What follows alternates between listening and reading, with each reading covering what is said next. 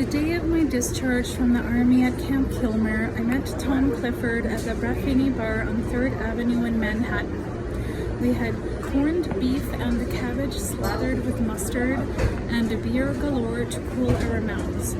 Tom had found an Irish bed and breakfast place in the South Bronx, Logan's boarding house, and once I dropped off my duffel bag there, we would come back down and see Emer after work in her apartment on East 54th Street. Mr. Logan seemed to be an old man with a bald head and a meaty red face. He might have been old, but he had a young wife, Nora from Kilkenny, and a baby a few months old.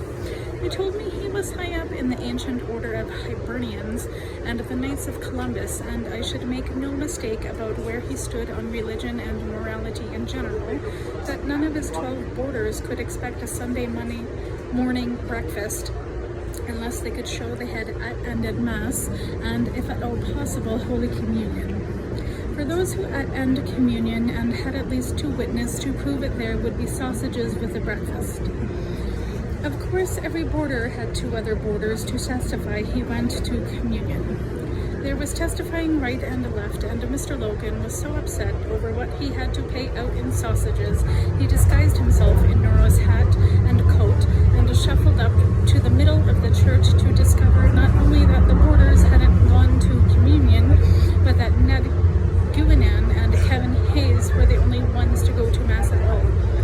The rest were over on Willis Avenue, stepping in the back door of a bar for an illegal drink before noon, opening time, and when they came strealing back for breakfast, reeking, Mr. Logan wanted to smell their breath. They told him to feck off. This was a free country, and if they had to get their breath smelled for the sake of a sausage, they'd stay content with the watery eggs and milk, the stale bread, and the watery tea. Also, there was to be no swearing of any kind of blade guarding in Mr. Logan's house, or we'd be asked to desist and depart. We would not allow his wife and child Luke to be exposed to any kind of disgraceful behavior from the 12 young Irish boarders. Our beds might be in the basement, but he would always know about disgraceful behavior. No, indeed, it takes years to build up a boarding house business, and he was not going to let 12 laborers from the old country tear it down. Bad enough that Negroes were moving in right and left and destroying a neighborhood, people with no morality, no jobs, and no fathers for their children running the streets like savages. The weekly rate was $18 for bed and breakfast, and if I wanted dinner, that would be an extra $1 a day. There were 8 beds for 12 boarders, and that was because everyone worked different shifts on the dock and a various warehouse, and that was the use of having extra beds cluttering up the 2 rooms in the basement. The only time all the beds were filled was Saturday night, and then you had to bunk in with someone else.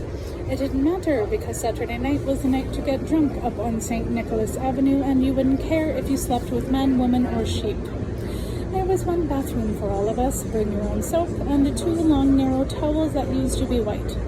Each towel had a black line to separate the top from the bottom, and that was how you were supposed to use them. There was a handwritten sign on the wall telling you the top was for anything above your navel, the bottom for anything below, signed J. Logan Prop.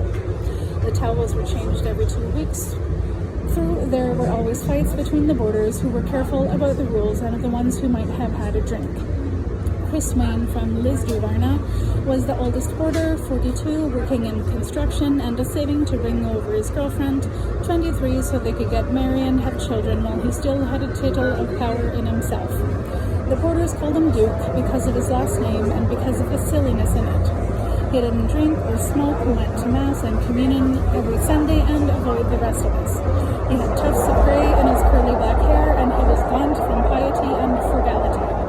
He had his own towel, soap, and 2 sheets he carried around in a bag for fear we might use them. Every night he knelt by his bed and said the entire rosary. He was the only one who had secured a bed of his own, since no one, drunk or sober, would climb in with him or use the bed in his absence because of the odor of sanctity around it. He worked from 8 to 5 every workday and ate dinner with the Logans every night. They loved him for that because it brought in an extra $7 a week, and they loved him even more for the small amounts he put into his scrawny frame. They didn't love him later when he started coughing and spitting and there were specks of blood on his handkerchief. They told him they had a child to think of and he'd better find another place. He told Mr. Logan he was a son of a bitch and a pathetic bastard that he felt sorry for. If he thought he was really the father of that child, Mr. Logan should look around at his boarders, and if he wasn't completely blind, he'd detect a marked resemblance to the child in the face of one of the boarders.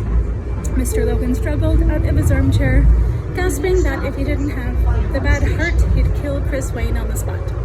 He tried to rush at the Duke, but his heart wouldn't let him, and he had to listen to Nora from Kilkenny screeching at him, begging him to stop or she'd be a widow with an orphan child. The Duke laughed till he gasped at Nora. "Don't worry, that child will always have a father. Sure, isn't he in this room?" He coughed his way out of the room and down the stairs to the basement, and no one ever saw him again. It was hard to live there after that. Mr. Logan was suspicious of everyone, and you could hear him roaring at Nora from Kilkenny at all hours. He took away one of the towels and saved money by buying old bread at the bakery and serving powdered milk and eggs for breakfast. He wanted to make us all go to confession so that he could watch our faces and to know if what the Duke said was true. We refused. There were only 4 boarders long enough in the house to be suspect, and Peter McNamee, the longest one there, told Mr. Logan to his face that fooling around with Nora from Kilkenny was the last thing he'd ever think of. She was such a bag of bones from running the house you could hear her rattle and clank coming up the stairs. Mr. Logan gasped in his armchair and told Peter, "That hurt me, Peter, that you'd say my white clanks, and you the finest boarder we ever had, even if we were fooled a long time by the false piety of the fella that you just left, thank God. I'm sorry to hurt you, Mr. Logan, but Nora from Kilkenny is not by any means a morsel. No one here would give her a second look on a dance floor." Mr. Logan looked around the room at us. "Is that right, lads? Is that right?" "'Tis, Mr. Logan." "Are you sure of that, Peter?" "I am, Mr. Logan." "Thank God for that, Peter." The boarders earn good money on the docks and in the warehouse. Tom works at Port Warehouse loading and unloading trucks, and if she works extra hours, it goes on time and a half or double time so that his pay is well over $100 a week. Whitehorse.